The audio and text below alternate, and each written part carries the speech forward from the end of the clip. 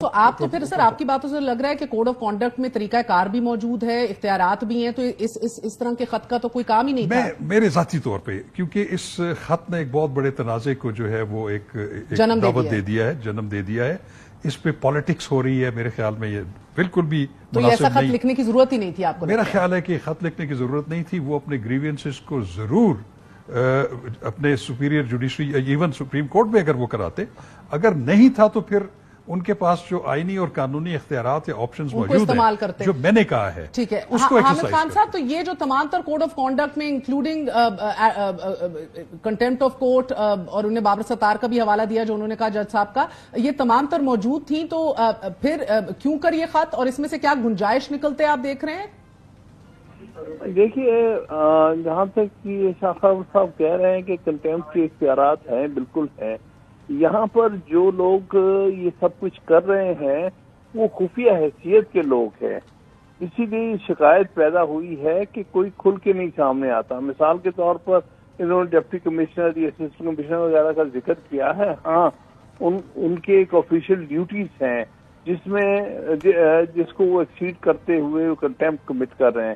یہاں پر تو ایک عجیب سی صورتحال ہے کہ لوگوں کو، ان کے رشتہ داروں کو غائب کر دیا جاتا. نہ غائب کرنے والے کا آفس کوئی ایسا ہے جس کی آئیڈینٹیفائی ہو سکے، نہ اس کی شناخت ہو سکتی ہے.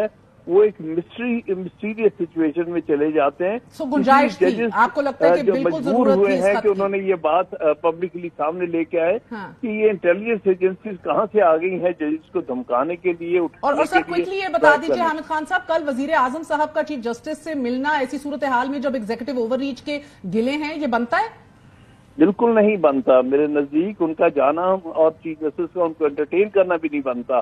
اس کی وجہ ہی ہے چیف ایگزیکٹو، اور یہ ایگزیکٹو کے خلاف یہ ایلیگیشن ہے. یہ intelligence agencies are under the chief executive. تو کیا یہ ان کو ڈیفینڈ کرنے جا رہے ہیں یا کوئی ایکسپلین کرنے جا رہے ہیں؟ کس حیثیت میں جا کے چیف جسٹس کو کیا بتائیں گے؟ تو میرے نزدیک ان کا کل ملنا، جبکہ اس کے 4 بجے کی انہوں نے ایک فل کورٹ کی میٹنگ بھی رکھی ہے، بالکل نامناسب ہے. اوکے. اور بیرسٹر صلاح الدین، یہ بتا دیجیے گا کیا 8 میں سے 6 ججز نے اپنے چیف جسٹس اسلام آباد ہائی کورٹ پہ ایک طریقے سے عدم اعتماد کا اظہار نہیں کر دیا اس خط کے ذریعے؟ دیکھیں، جو ایشو ہے وہ، اور میں سمجھتا ہوں یہ مطالبہ اس لیے کیا گیا ہے کنونشن کا کہ یہ انسیڈنٹس یونیک نہیں ہیں.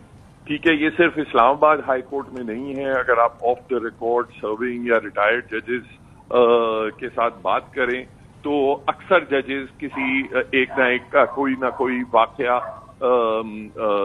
یہ آپ کو انٹیلیجنس ایجنسیز کے حوالے سے بتاتے ہیں. مگر وہ کلیکٹیو جو ایک اسٹرینتھ ہوتی ہے وہ کیونکہ کچھ انٹیمیڈیٹ ہو جاتے ہیں، کچھ نہیں ہوتے. بہرحال جو چیز ہے وہ سامنے نہ رپورٹ ہوتی ہے، نہ انویسٹیگیٹ ہوتی ہے، نہ کسی کے خلاف کوئی کارروائی ہوتی ہے. تو اگر اب اس تمام چیز کو روکنا ہے تو پھر ضروری ہوگا کہ تمام جو سپیریئر جوڈیشری ہے وہ ساتھ مل کے بیٹھے، اپنے ایکسپیرینسز شیئر کریں اور پھر باہمی مشاورت سے ایک آگے کا راستہ طے کریں. اور جسٹس صدیقی صاحب، اس ایشو پہ اہم ترین سیاست ہو رہی ہے. شاخاور صاحب بار بار یہ بھی پوائنٹ آؤٹ کر رہے ہیں، جب آپ پہ برا وقت گزرا، you were the blue eyed boy of P M L N, آج آپ بلو آئیڈ بوائے ہیں پی ٹی آئی کے اور یہ ہیروز ہیں، کیا کہیں گے؟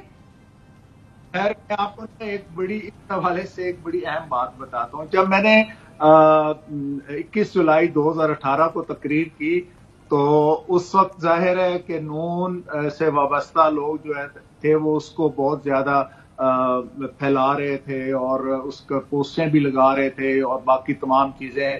اور جو پی ٹی آئی کے لوگ تھے انہوں نے مجھے راہ کا ایجنٹ تک ڈکلیئر کر دیا. پھر جب یہ 9-10 اپریل والا واقعہ ہوا ووٹ آف نو کانفیڈنس کے بعد، تو پھر جو پی ٹی آئی والے تھے انہوں نے اگین میری اسی تقریر کو جو ہے لاکھوں کی تعداد میں جو ہے اس کو شیئر کیا اور کہا دیکھیں جی اس بندے نے تو اس وقت یہ بات بتا دی تھی اور یہ تو یہ ہے وہ ہے فلاں ہے. تو یہ دیکھیں، ہم انفارچونیٹلی ہمارا یہ ہے کہ ہم یہ دیکھتے ہیں کہ وکٹم کون ہے اور بینیفیشری کون ہے. کل کے جو بینیفیشری تھے وہ آج کے وکٹم ہیں اور آج جو کل کے وکٹم تھے وہ آج کے بینیفیشری ہیں.